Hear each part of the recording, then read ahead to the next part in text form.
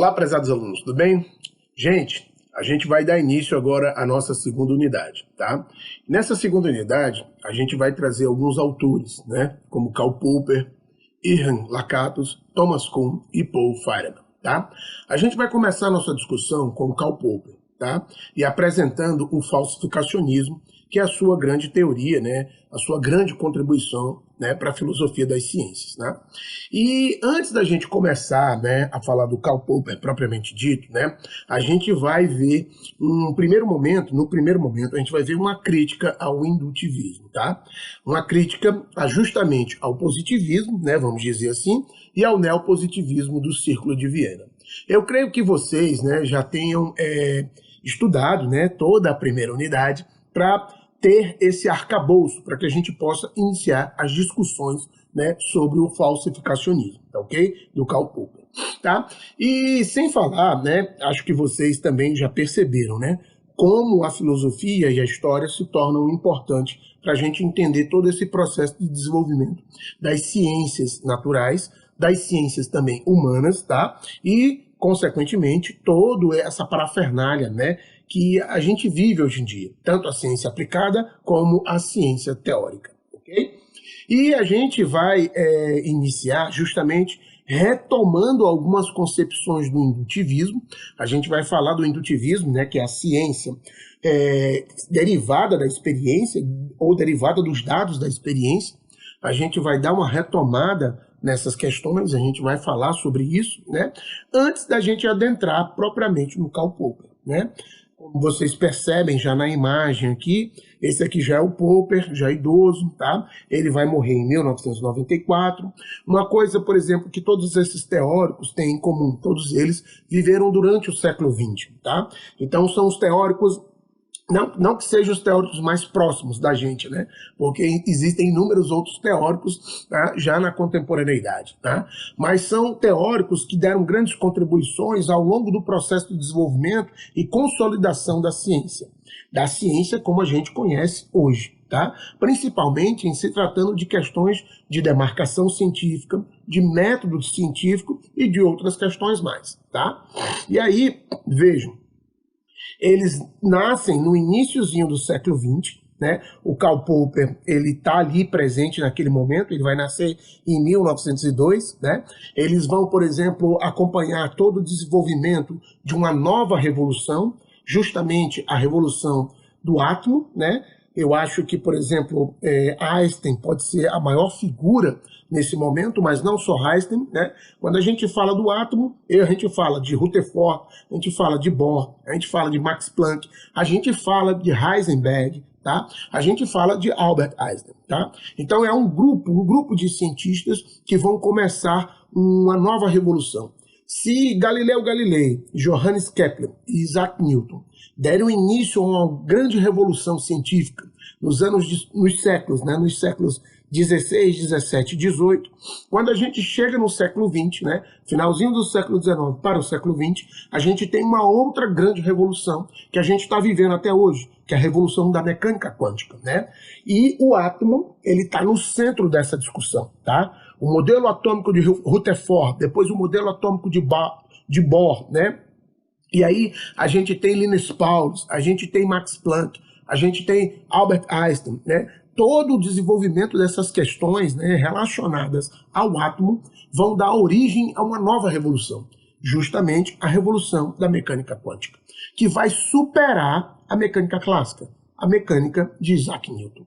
E aí vejam, né, historicamente também a gente tem inúmeras questões que vão se entrelaçar a esse novo momento. Não esqueçam, gente, tá? Toda a técnica, toda a tecnologia e toda a ciência que a gente desenvolve e que a gente aplica, ela pode ser aplicada tanto para o bem quanto para o mal, tá? Então, quanto mais o homem desenvolveu a técnica, quanto mais o homem cumpriu aquele mandato de Bacon, de Francis Bacon, tá? Saber é poder, e dominação da natureza para levar ao bem-estar do homem, né? Ou seja, usar a ciência para nossa própria utilidade. Quanto mais o homem fez isso, mais o homem foi se deparando com forças inimagináveis, né? Consequentemente, né, as consequências que advieram desse processo também foram extremamente catastróficas, né? Alguns exemplos. Primeiro, a gente teve em 1914 até 1918 a Primeira Grande Guerra Mundial. Essa guerra, a gente pode dizer, tá, que ela é um marco na era moderna, porque ela foi altamente influenciada pelo desenvolvimento da técnica e pelo desenvolvimento da ciência. Então a gente tem o aparecimento dos tanques, o aparecimento dos submarinos, o aparecimento do avião, tá? E, consequentemente, novas armas, como as metralhadoras. E não só isso, tá?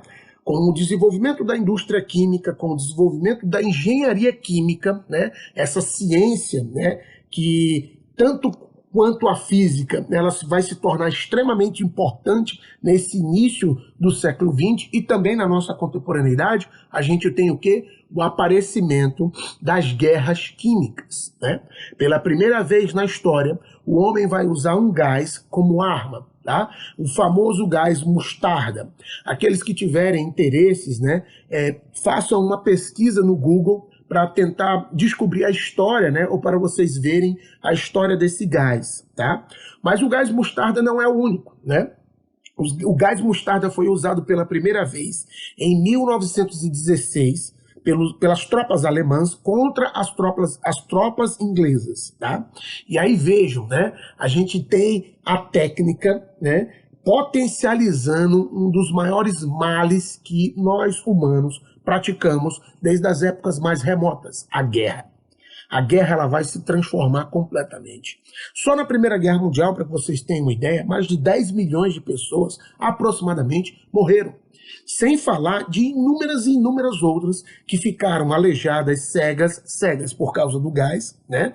Com efeito, queimaduras na pele por causa do gás, né? E outras consequências mais, tá? O descobridor do gás mostarda, ele vai ganhar o prêmio Nobel, né? É um químico judeu-alemão, tá? Que vai receber o prêmio Nobel pelas suas descobertas na área de química. Esqueci o nome dele, mas podem procurar no Google, ou se não, na próxima aula, quando a gente voltar, eu trago o nome dele para vocês, tá? Mas percebam, tá? Não é só a guerra química que é inaugurada nesse momento, tá? Depois do final da Primeira Grande Guerra Mundial, isso em 1918, 20 anos aproximadamente depois, em 1939, a gente vai presenciar a Segunda Grande Guerra Mundial, uma outra catástrofe. E aí, né, a técnica vai estar muito mais desenvolvida, a gente vai ter, né, a capacidade imensa, né, de construir máquinas de guerras inimagináveis, até a gente chegar em dois momentos na história da Grande Guerra que são marcantes. Primeiro, os campos de concentração, tá, da Alemanha nazista. E, novamente, a gente vai ver o quê? O gás, né, a arma química sendo utilizada para exterminar mulheres, crianças, idosos, entendeu? Aleijados, ciganos, judeus, entendeu? Um número imenso de pessoas. Existe uma contabilidade de que aproximadamente 6 milhões de pessoas morreram nos campos de concentração, tá? E agora não é mais o gás mostarda, tá? Utilizado para matar pessoas, como na Primeira Guerra Mundial.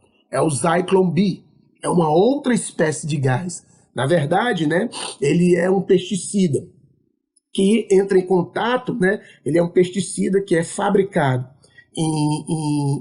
ele é fabricado de forma em tablets, né? Ele é fabricado em bolinhas, né? Bolinhas, e quando ele entra em contato com o oxigênio, ele libera um gás, tá? E esse gás é altamente mortal. Ele mata todas as pestes, né? Inclusive, né, a peste que Hitler dizia, né, que era a peste judaica, né? Então, gente, nesse primeiro momento, a gente vai dar essa introdução. A gente vai voltar na próxima aula ainda com essas considerações, né? A gente vai retomar essa discussão, porque é importante. Essa nova revolução científica que vai aparecer no início do século XX, ela vai trazer algumas grandes consequências. A gente se encontra na próxima aula. Valeu, galera. Um abraço, tá? Até a próxima.